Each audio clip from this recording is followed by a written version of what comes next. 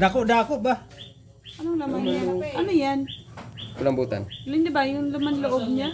At pati yung kalaway. Galamay. Sama na yung mga rayuan.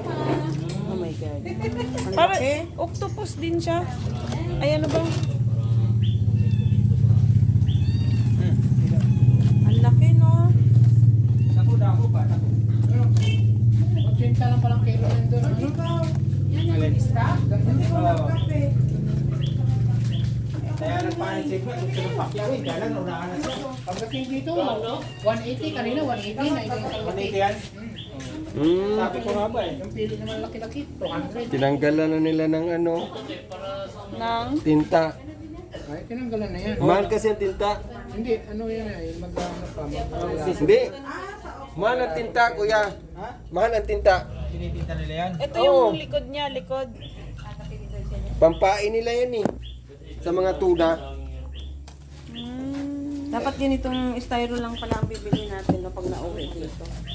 Okay na itong ganito. Ay, pampasexy yan. Iwanan mo na yung styro pagkalaki-laki. Pampasexy. Ayun na to. Ayun na Kape kayo. styro na pagkalaki-laki. Kapi kayo. Iwanan mo na. Lagyan na nila ng yelo. Bibili na lang tayo ng ganito, oh. Kulambutan. Ano sa English yan, Daddy? Kaya lang, pag malaki Squid. yung bibilhin mo. Ah, squid. Kaya lang, tuna na malaki. Kala ko, octopus. Diyan. Hindi kasya. Magpapukold lang siya. Gusto mo yung Bagong huli na. Fresh na fresh. Subukan niyo para gano'n.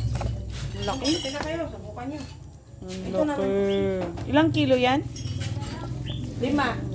5 kilos, 100, 500 dito. Magkano ang kilo? 500, 5 Hindi, kilo. magkano ang kilo niya? 120. 120. Magkano yan sa atin? 110 na lang ata ito eh. Magkano yan sa atin?